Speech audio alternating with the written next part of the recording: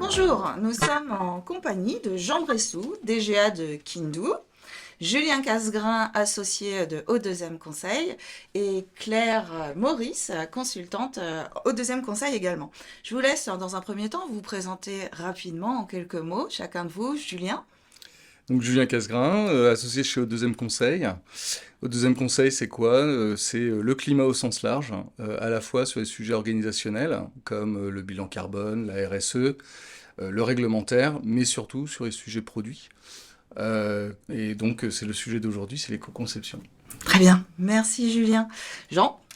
Bonjour, Jean Bressou, directeur général de Kindou. Effectivement, on présente une suite PLM pour l'industrie agroalimentaire et aujourd'hui, on venait présenter le module d'éco-conception avec la société O2M.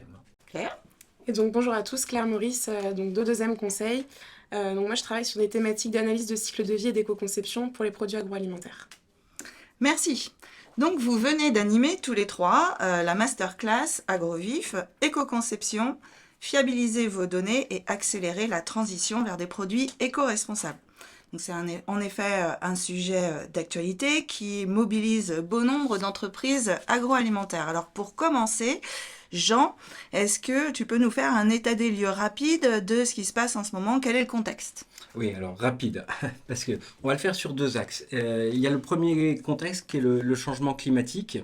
On a tous lu le rapport du GIEC qui montre que c'est l'humain qui agit, et notamment sur 5 piliers. On sait qu'on a déjà pris 1 degré depuis la révolution industrielle, mais qu'au rythme où on va, la trajectoire, c'est plus 3 degrés encore d'ici 2100. On sait aussi que le niveau de la mer a déjà monté de 20 cm, et qui va continuer à monter d'ici 2050 de encore 20 cm. Il y a d'autres choses, c'est-à-dire qu'il y a les puits de carbone qui disparaissent. On parle notamment de la forêt amazonienne, mais la mer aussi, qui perd son rôle. Et on parle aussi du méthane. Mais on ne peut pas empêcher les vaches de faire du méthane, c'est leur job. Et il y a un deuxième constat aussi, qui est que dans l'entreprise aujourd'hui, on parle de l'éco-anxiété.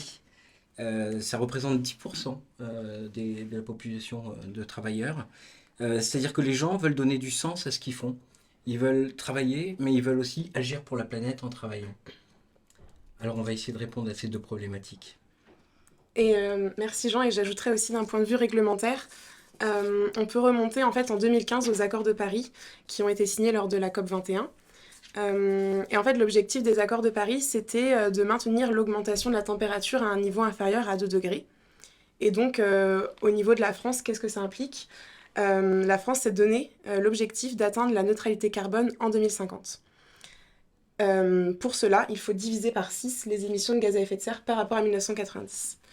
Les objectifs par secteur ne sont pas les mêmes. Pour atteindre cet objectif de neutralité carbone, il faut diviser par 6 au niveau français.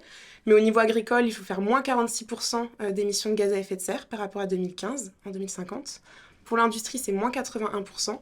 Et pour l'industrie agroalimentaire, donc le sujet qui nous intéresse aujourd'hui, c'est moins 69%. On se rend compte en fait que les modes de consommation et de production doivent réellement changer pour tenir ces objectifs.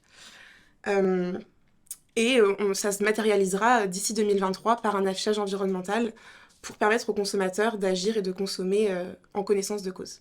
Oui, puis on a vu apparaître aussi des nouvelles lois comme la loi AGEC ou la loi Climat et Résilience, qui vont nous pousser vers des changements dans ce sens. C'est ça. Est-ce que vous pouvez nous expliquer comment est venu, comment s'est construit le partenariat Kindou au deuxième? Oui, je vais commencer. Avec plaisir, Jean. On n'est pas ensemble que aujourd'hui. On travaille énormément ensemble depuis un an et demi maintenant pour présenter cette suite éco-responsable.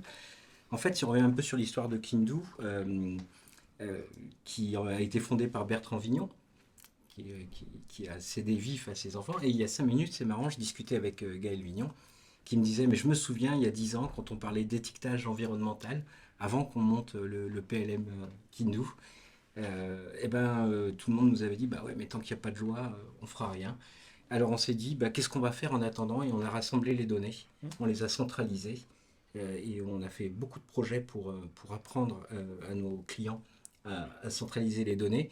Et aujourd'hui, on était prêts. Alors, on est retourné voir Julien et Olivier pour leur dire, eh ben maintenant, les gars, nous, on a l'outil. Est-ce que vous nous donneriez pas un peu d'expertise? Très bien, et donc c'est comme ça que le partenariat s'est construit au fur et à mesure de la construction, de l'évolution sur l'étiquetage environnemental, Ça- les ACV. Ça a été l'histoire d'une rencontre où on avait l'outil et eux l'expertise. Et eux avaient besoin d'un outil aussi pour pouvoir aller plus vite. Très bien. Alors donc, Julien, est-ce que tu peux nous expliquer en quelques mots qu'est-ce que c'est concrètement que l'éco-conception, pardon.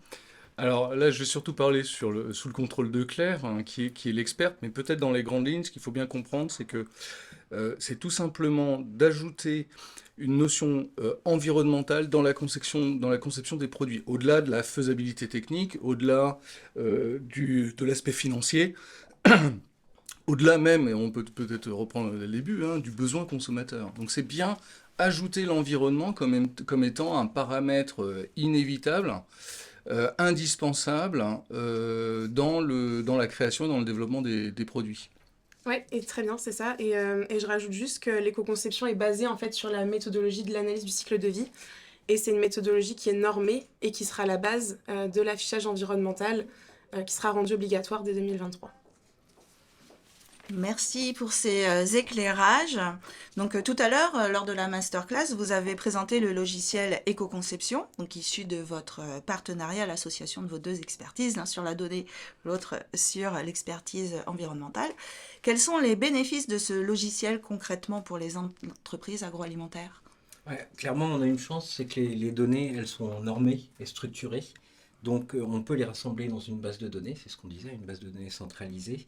Et les bénéfices, ils sont instantanés, c'est-à-dire que dès que vous avez les données, eh ben, vous êtes capable de calculer vos ACV ou tous vos scores, type EcoScore, etc. Ça va vous permettre aussi d'aller beaucoup plus loin et de pouvoir vous pencher sur vos produits et vous dire, mais comment j'améliore leur bilan carbone? Voilà, donc c'est une solution facile pour aller vite vers de l'éco-conception et l'accélérer, parce que, Julien, dis-moi si je me trompe, mais sans outils, tu y passerais un sacré temps, non? À aujourd'hui, une ACV, il faut compter entre 10 et 15 jours entre le moment où on collecte les données et le moment où on est capable de sortir des résultats d'impact. Donc l'idée quand même autour de l'outil, il y a cette idée de faciliter la collecte de données, faciliter le traitement de la donnée, faciliter demain de refaire des mesures, puisque les référentiels vont changer, les méthodes vont changer.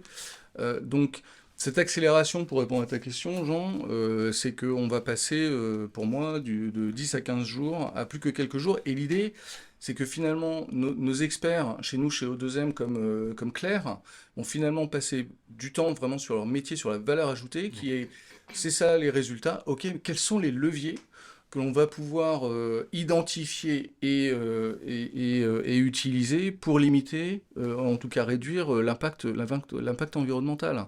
C'est ça vraiment la clé. On te permet de bosser, quoi, Claire. Bah voilà, merci. Merci à tous les deux. Bon, alors c'est un logiciel. Comment est-ce qu'il s'installe? Est-ce que c'est facile à mettre en œuvre dans une entreprise demain? Oui, ça c'est une autre bonne nouvelle. On l'a prévu installable en un clic. Donc c'est sur le cloud. Et l'autre, encore une bonne nouvelle, il faudrait les compter au total, mais c'est qu'on reste souverain de ces données. Les données ne partent pas à l'étranger et vous savez, et c'est vous qui gardez vos données. Mais pour l'installer, eh ben, c'est un clic et dès que vous avez mis vos données dedans, vous avez directement les résultats. Voilà. Tout l'enjeu, hein, c'est la collecte des données, encore une fois. Mais, on l'a vu ce matin à la masterclass, on peut déjà faire les calculs, même si le jeu de données n'est pas complet. D'accord? C'est ça la puissance de l'outil, il vous permet d'extrapoler. Donc, vous pouvez commencer. Bon, c'est parfait. Demain, on commence. Donc, merci Jean, merci Julien et merci Claire pour le résumé de cette masterclass que vous avez animée tout à l'heure à Agrovif. Éco-conception, fiabiliser vos données et accélérer la transition vers les produits éco-responsables. On dit un grand merci à Vif de nous avoir accueillis. Oui, non merci, Hein Vif. Tout à fait. Merci Vif de nous avoir accueillis.